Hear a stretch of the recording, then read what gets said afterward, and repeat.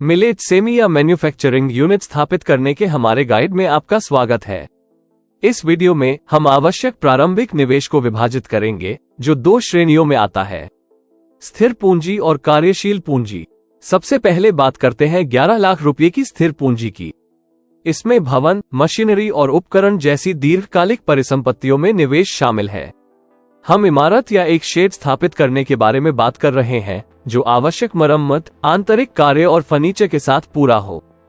याद रखें, हम पहले ही पिछले वीडियो में मशीनरी और उपकरणों पर चर्चा कर चुके हैं।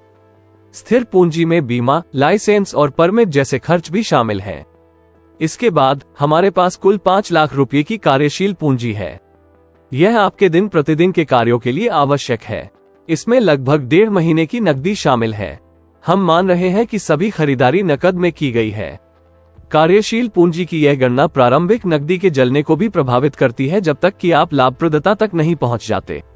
हमारे आगामी वीडियो के लिए बने रहें, जहां हम जल्द से जल्द लाभप्रदता तक पहुंचने के लिए स्टार्टअप लागतों को कम करने के बारे में सुझाव साझा करेंगे। तो आपके मिलेट सेमी या मैन्युफैक्चरिंग यूनिट के लिए कुल पूंजी निवेश 16 लाख रुपए है।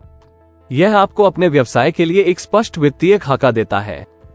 कृपया ध्यान दें कि प्रतिदिन 180 किलोग्राम क्षमता व्यवसाय स्थापित करने के लिए 16 लाख रुपए की पूंजी की आवश्यकता होती है। ये समझना उतना ही महत्वपूर्ण है जितना कि यह जानना कि आपको इसकी कितनी आवश्यकता है। स्थिर पूंजी और कार्यशील पूंजी की अलग अलग भूमिकाएं हैं, इसलिए उनके स्रोत अलग अलग होने चाहिए। स्थिर पूंजी उन परिसंपत्तियों में निवेश की जाती है जो आपके व्यवसाय में लंबे समय तक रहती हैं, जैसे कि संयंत्र और मशीनरी। इसे फिक्स्ड कहा जाता है क्योंकि यह जल्दी से नकदी में परिवर्तित नहीं होता है।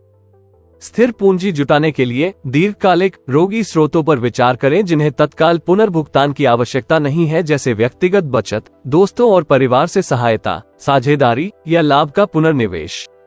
दूसरी ओर, कार्यशील पूंजी आपकी दिन प्रतिदिन की व्यावसायिक गतिविधियों की जीवन धारा है।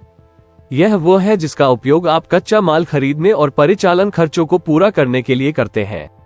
इसे कार्यशील पूंजी कहा जाता है क्योंकि यह आपके बिक्री चक्र के साथ आगे बढ़ता रहता है, जो 1 सप्ताह से लेकर 3 महीने तक हो सकता है।